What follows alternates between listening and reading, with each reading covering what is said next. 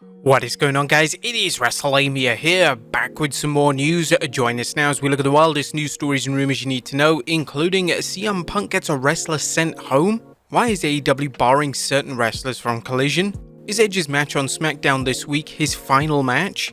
Kurt Angle blasts WWE booking, Hulk Hogan getting ready to get exposed, and much more. Be sure to subscribe and hit that notification bell for daily wrestling videos, and follow us on Facebook for exclusive lists. Also check out our new channel, Wrestlelamia Shorts. Now let's hit the intro and get straight into our first story.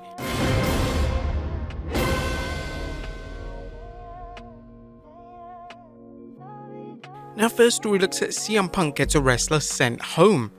At top of today's news are 3 reports about AEW's locker room and problems possibly relating to CM Punk.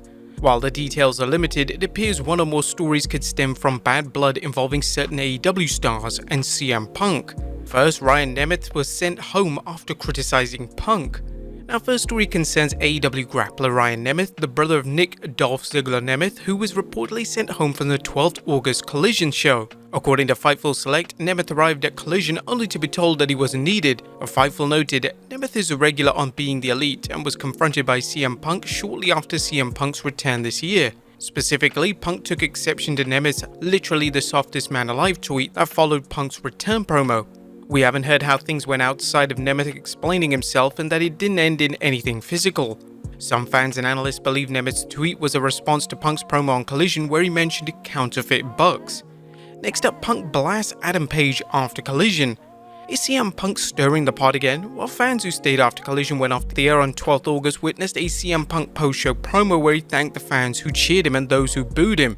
However, Punk went off on Hangman Adam Page with Inside the Ropes reporting Punk's shot at Page was about his merchandise not selling, referring to former world champion as a peg warmer because no one buys his action figures. Meltzer commented on Punk's remarks saying, "I mean, some people are not going to believe me because they have to be smarter than everyone else. If anything, every time that Punk does something like this, it makes things worse. In this case, what happened was there has been stuff that has been going on since day one and it's been kept pretty quiet. A lot of people really want to keep quiet, but it's not quiet now. Once he did that, things started coming out."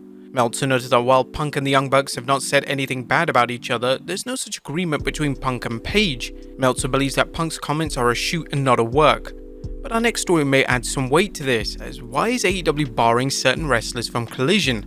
Not only was Ryan Nemeth sent home from Collision, but a report indicates that Adam Page was asked not to attend AEW's Saturday night show.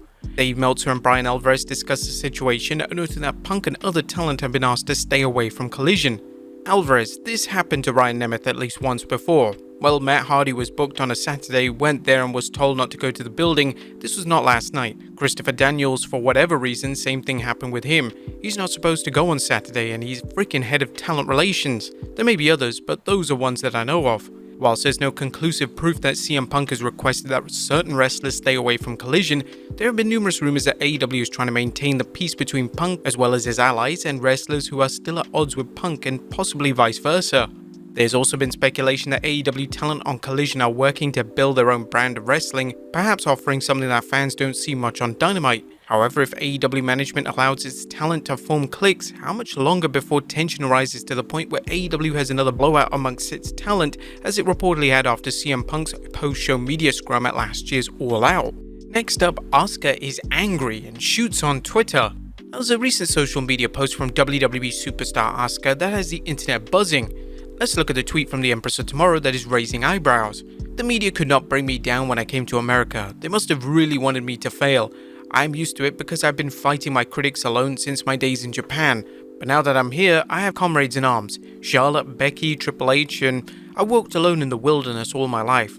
And here I have an oasis. To the Asuka Antis, I say, beat me up on the internet all you want. I grab everything."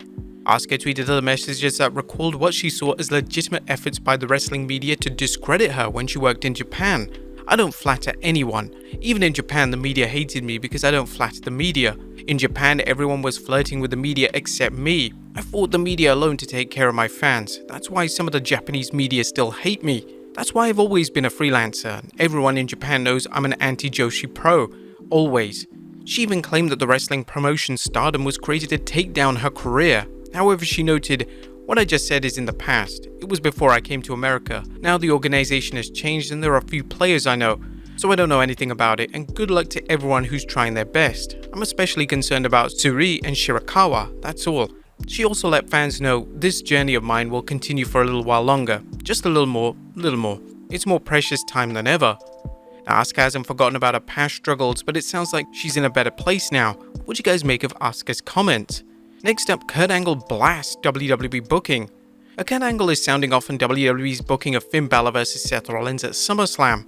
The Hall of Famer had this to say during an episode of his podcast, saying, "Well, you know what, it would have been nice if they'd given him, Balor, this world title. You know, I think he's really over, incredibly athletic. He has a lot of charisma. This kid, you know, if he doesn't end up doing something with him, that's dramatic.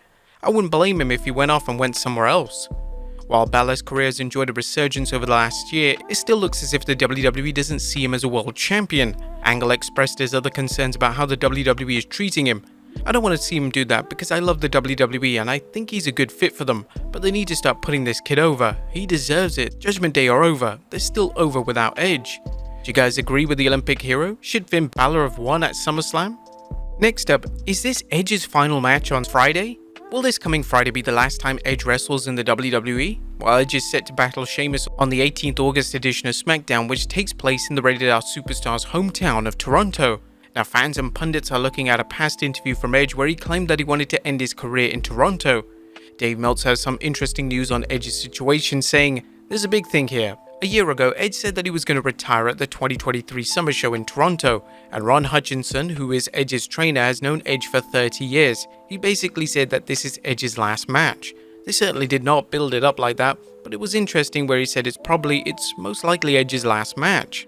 Now, there's been zero build for this match, which makes it seem that it won't be Edge's last match. But take for instance his comments that he did say that he wanted to retire in Toronto, as well as the situation that is Edge's 25th anniversary special. Doesn't it seem like a fitting end to the Rated R Superstar's career? Next up, is Hulk Hogan gonna get exposed? There's interesting news concerning former WWE superstars Hulk Hogan and Brutus Beefcake, as Brutus's wife is apparently ready to dish their dirt on Hulk Hogan concerning a falling out between the two former friends and tag partners. Wrestling News summed up what Brutus's wife Missy is looking to do. In a new post, Missy took issue with some comments that were attributed to Hogan about Beefcake not deserving to be a Hall of Famer. She also teased that she would do a 1 or 2 part series. What she plans to talk about is anyone's guess, but it appears that she'll be going into detail on the rift between the former best friends. Wrestling News also provided an update on the Hulkster's response, saying Hogan recently did an interview with The Past Weekend with Theo Von, where he said that he and Beefcake had a falling out. Hogan said it still has a lot to do with the lady he's married to, nothing really to do with him, so I'll pass. Hogan and Beefcake's friendship dates back to the 70s when they trained together and often worked together in various promotions as they made their way to the WWF, often teaming up and occasionally battling each other. And finally, what does WWE think about Dana Brooke? Last but not least, what's the WWE's opinion of Dana Brooke? Brooke was recently moved to NXT, leading to concern by some Brooke backers that the promotion might not be happy with her work. Ringside News has details on her, saying WWE sent Dana Brooke to NXT and we've reached out to ask how she's been viewed right now. We were told by a tenured member of the creative team that nobody has ever doubted her work ethic at all. Let us know in the comments down below, and I'll see you next time with some more wrestling content.